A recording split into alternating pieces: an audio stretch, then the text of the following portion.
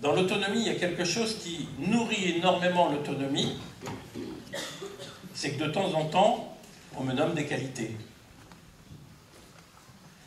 Parce que je ne sais pas si vous êtes rendu compte, mais que dans le principe éducatif, les 3/4 du temps, on met l'accent sur ce que l'enfant ne fait pas, sur les défauts qu'il a et sur son manque de confiance. Et c'est vrai que quand on vous met tout le temps les défauts et on vous dit « tu fais pas ci, tu fais pas ça », ça vous donne énormément confiance en vous. Vous avez envie d'aller de l'avant.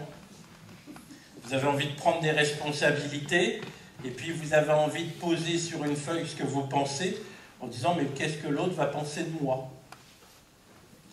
Un enfant a besoin de récupérer, quand il a agi, non pas c'est bien, mais là tu vois, eh ben, tu as développé telle qualité. Quand il vous prépare le salon ou qu'il vous prépare votre tasse de café, même si c'est pas mal fait, plutôt que de lui dire « mais non, la tasse c'est à gauche, le truc c'est à droite », il le sait, il va vous observer. Ça c'est évident, c'est naturel. Par contre, lui dire là, tu as vu, en faisant ça, c'est vraiment une qualité d'organisateur que tu as. En plus, tu sais super bien observer comment il faut faire. Ça donne confiance en soi. Ça, c'est un langage positif. Le « c'est bien » n'est pas un langage positif. Le « c'est bien » n'est pas un langage qui emmène vers l'autonomie. C'est un langage qui rend dépendant du « c'est bien ». Vous savez, ça s'appelle attendre le regard de l'autre, la reconnaissance de l'autre pour faire les choses. Non, adulte, on ne le vit pas, non, parce qu'on a tous été élevés dans l'autonomie, la bienveillance, etc. L'enfant, il n'a pas à dépendre du regard de l'autre. Et l'autonomie, c'est pas dépendre du regard de l'autre. C'est pas attendre l'acquiescement ou, à l'inverse, la réprimande de l'autre. C'est dire, voilà, moi je suis ça, j'exprime ça.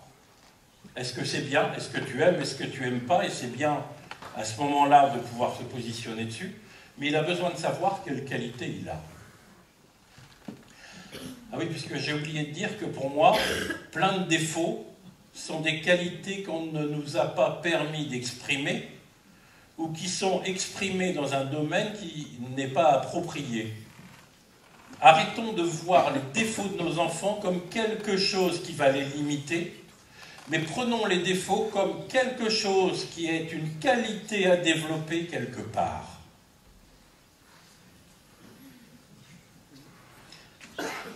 Alors, il y a une autre expression que j'aime beaucoup qui s'appelle un fait néant.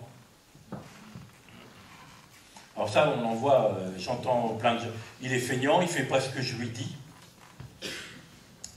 Et en fait, un feignant, vous savez ce que c'est?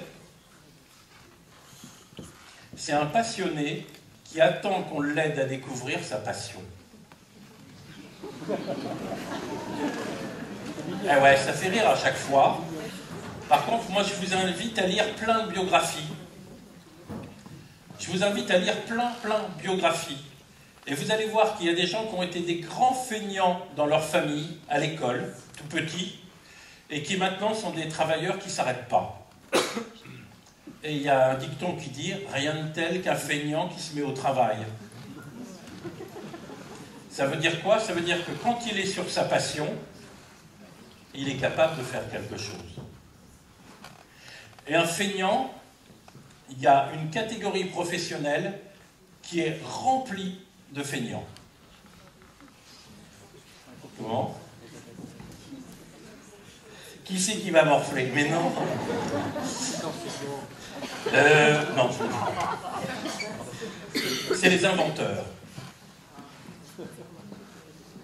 Les inventeurs, c'est quoi? C'est des gens qui sont en train de calculer, ils sont feignants, ils veulent faire néant, et ils font tout pour trouver quelque chose pour simplifier la vie, faire le moins d'efforts possible.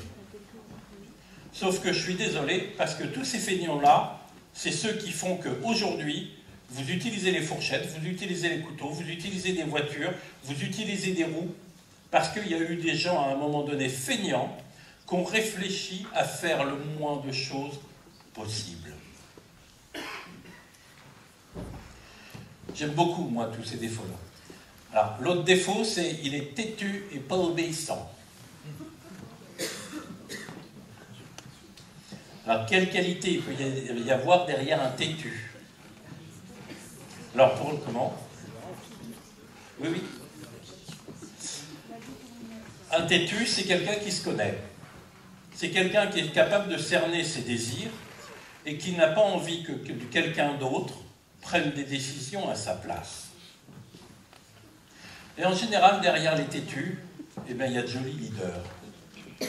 Alors, je n'ai pas dit des chefs, parce que moi, je fais une différence entre chef et leader. Un chef, c'est quelqu'un qui dit « j'ai le rôle, je sais, comment m'en donner le rôle, je sais. Donc, vous devez m'obéir. » Un leader, c'est quelqu'un qui a une grande capacité relationnelle, qui sait écouter les autres, qui a de l'empathie, et c'est quelqu'un qui va entraîner les autres à faire quelque chose. Et un têtu, oui, moi je connais plein de têtus qui sont devenus de super leaders derrière. Mais un têtu, on ne le fera pas obéir.